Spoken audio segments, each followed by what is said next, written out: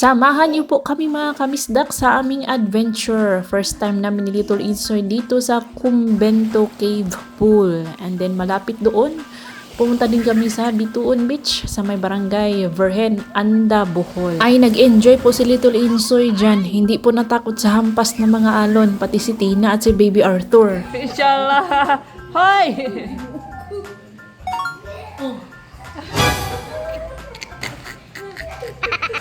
Ay, kan.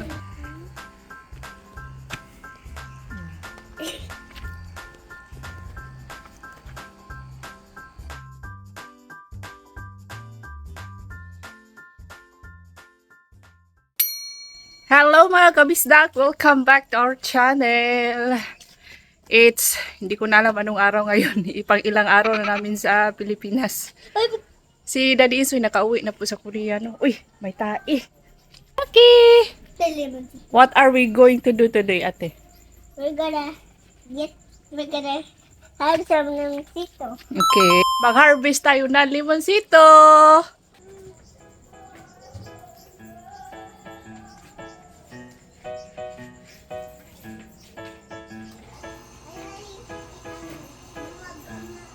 May isang puno kasi ng kalamansi. Limonsito po ang kalamansi sa Bisaya, guys.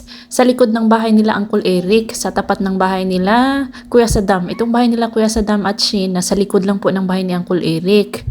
Tapos, alam nyo ba, ang memory ko dito sa kalamansi or limonsito ay nung maliit ako mga kabistak, mga elementary pa. Sumasama ako sa aking nanay every market day, tuwing Martes ang market day dito sa aming bayan. Nangunguha kami, Monday pa lang ng hapon, nangunguha na kami ng kalamansi. Tas itinitinda namin yan sa merkado or minsan pinapabarter namin ng mga sabon, ng mga bibingka, mga dried fish, bulad. Yan po, barter system po ang aming ano noon. Aming ginagawa. 20, 21, 22, 23, 24, 35. Di ba bumili man tayo ng blue marlin fish, kinilaw, gumawa tayo ng kilaw, at ang half ng blue marlin guys ay eto, nilaan ko para sa prito, ginawa kong prito. I-kinote ko muna siya sa flour and then ipinrito. Alam naman natin paano magprito, no? Masarap talaga siya pag kinilaw guys. Para siyang basta, masarap po na quality itong blue marlin. Medyo may kamahalan nga lang, pero worth it naman ang sarap. At ang araw natin is makulimlim. Kanina is baliwanag, tapos biglang nakulimlim. Ay, alam niyo ang flower na ito ay, it reminds me of yung flower namin noon. Flower ng lola ko guys. Makaluma na flower yun kasi.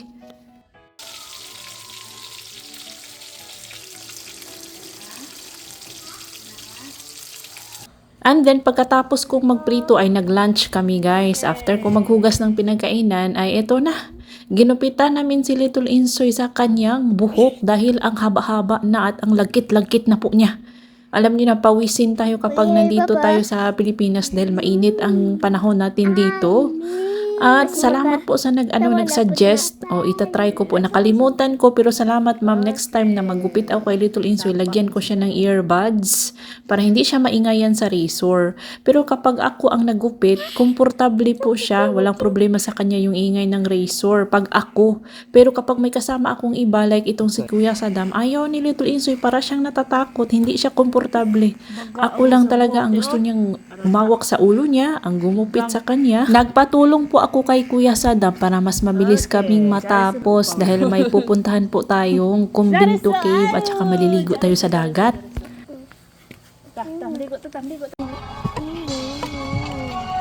Hey!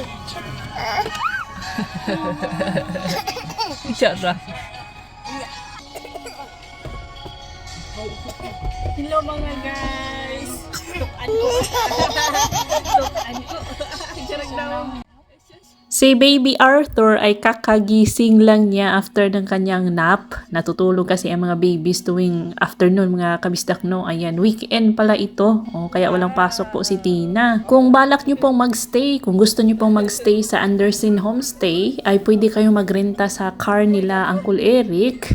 Kami is binabiyahe lang namin sa malalapit na lugar, tas kami na yung naggagas. Tara, maraming salamat. Thank you so much to Uncle Eric Anderson.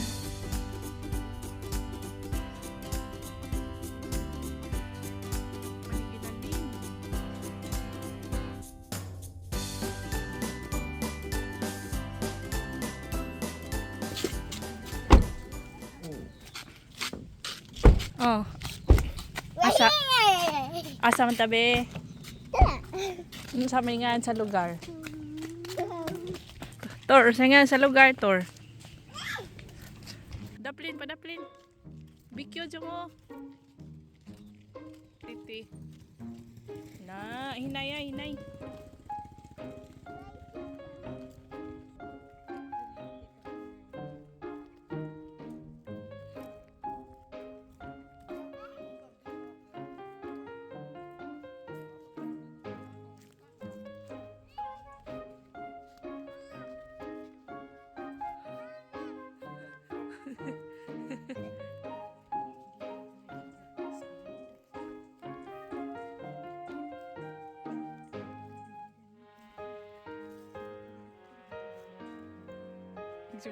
Asa na maputa? Ang Convento Cave Pool ay located in Barangay Virgen, Anda, Bohol. Ang Anderson Homestay kung saan kami nakatira guys ay nasa Barangay Poblacion, Anda, Bohol. Itong Virgen at Poblacion ay malapit lang guys, mga less than 3 kilometers lang ang Barangay Virgen sa Barangay Poblacion. Ayan, at itong cave pool, first time namin ni Little Insoy, pero nakapunta na po dito si Shane, Tina at Kuya Saddam last year. Kami ni Baby Arthur, Little Insoy at ako, first time po namin tatlo.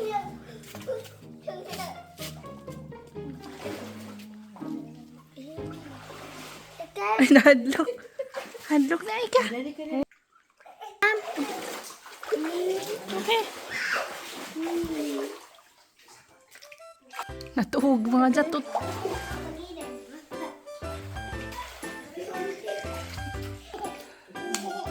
Jarak. Jarak.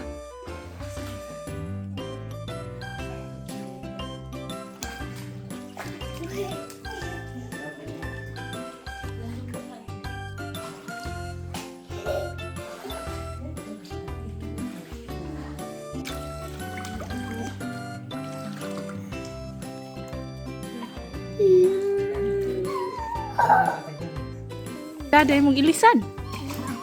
Akan ni siya. Wa. Kulinga. Ako gani wa mong ko ilisan.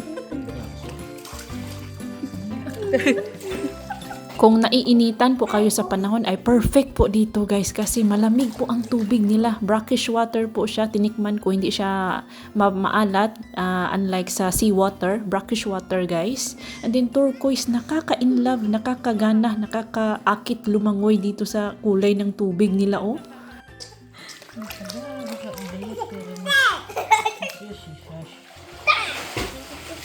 Grabe, bananaw bay. Dahil hindi man ako marunong lumangoy ay natakot din ako guys. Si Little Insoy natakot kasi medyo madilim siya sa loob.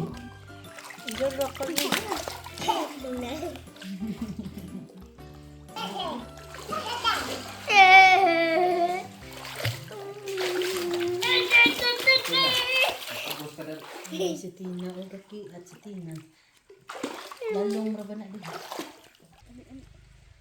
Grabe. Grabe.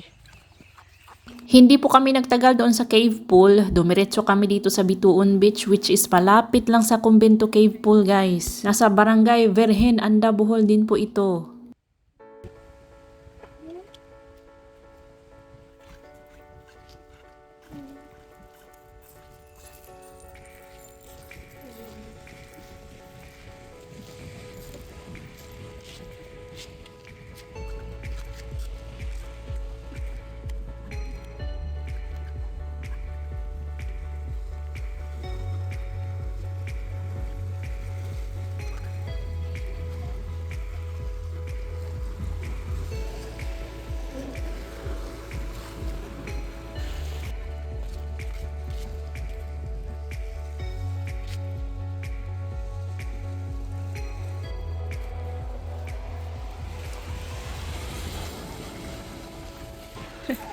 Ala!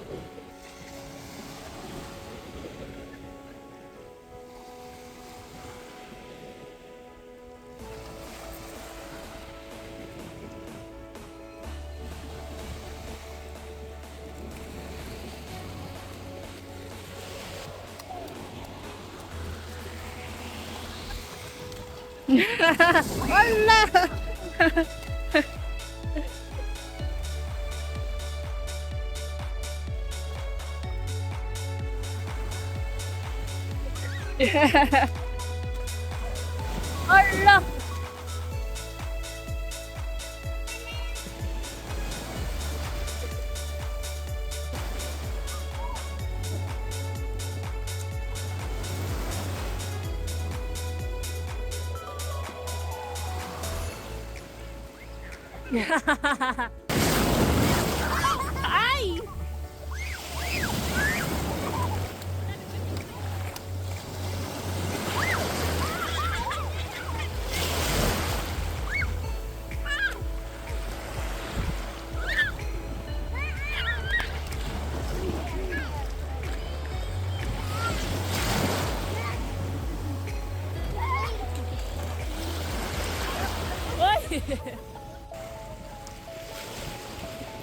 Esos.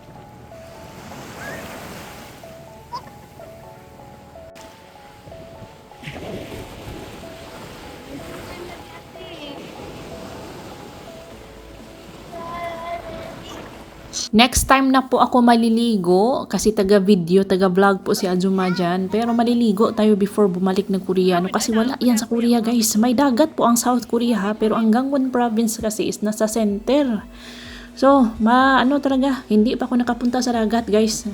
For 8 years sa Korea, hindi pa ako nakapunta sa dagat. Pagkatapos sa Bituon Beach, ay umuwi na kami sa bahay nila Uncle Eric sa Anderson Homestay. At itong si Tina at Little Inso ay gustong maligo sa pool dito sa may Anda de Boracay. Itong Anda de Boracay Beach Resort ay ilang kembot lang ang layo sa bahay ni Uncle Eric, guys. So, abangan nyo po sa mga susunod na vlog dahil ipapakita ko sa inyo ang kabuuan ng bahay ni Uncle Eric, Anderson Homestay, bahay nila Uncle Eric at Auntie Lulit, at gaano ito kalapit sa Anda de Boracay Beach Resort. Opo. Itong Anda de Boracay Beach Resort ay almost same time nung pag-construct sa bahay nila Auntie Lulit. Ito, kaedad po sa bahay ni Auntie Lulit itong resort na ito. Halos, si Little Insoy dito, halos araw-araw magpunta, except noong bagyo. Noon is gusto ni Little Insoy maligo sa dagat, pero ngayon mas gusto na niya sa swimming pool. Yes, mas masarap sana sa dagat kasi nakakagamot din ang tubig alat. Pero ito man ang gusto niya, sige pagbigyan na lang natin. Nakauwi na kami sa bahay mga kabisdak. Nanonood ng TV si Tina. Inuubo na si Inuubo na. You wanna eat spaghetti, ate? Oo. Si Little Insoy gusto nang kumain. Ayan. Nagluto pa ng spaghetti si Shin. Masarap ang spaghetti, guys. Inubo na yan sa kakaligo. Uma, Jo, uma. Uma, ke? Uma.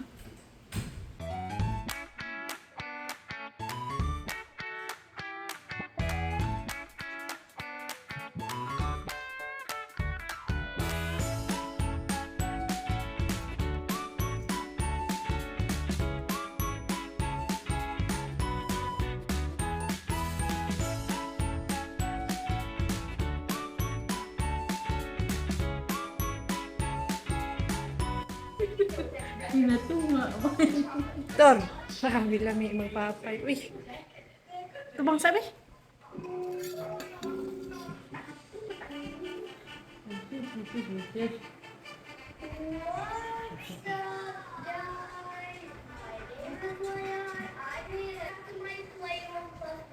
Ikna ka na.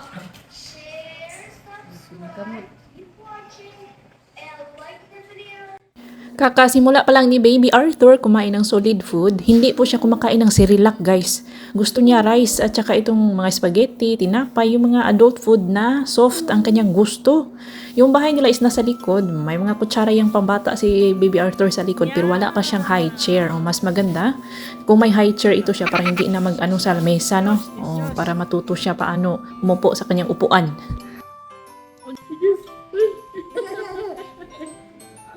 Saan mo na yung mama? Tatag mo.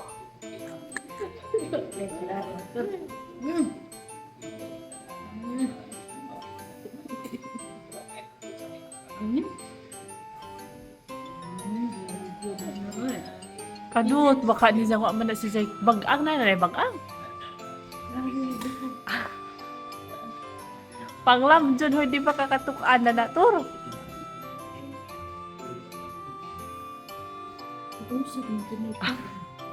Matibugol mo gawas. Cute at bibo ang Baby Arthur natin mga kamisdak, plus masayahin and maganang kumain. Nakakatuwa nga siya, walang boring moments kapag nasa bahay siya guys. Nakakalimutan ko saglit si Daddy Insoy kapag kasama ko si Baby Arthur. Siya ang star dito sa aming tahanan, oh. Tapos ang gana niyang kumain, napakasarap pagmasdan ang bata kapag maganang kumain. Pungit sa iya. Love niya isinja.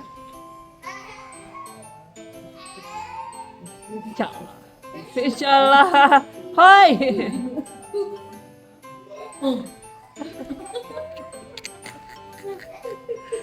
Ay, Arthur.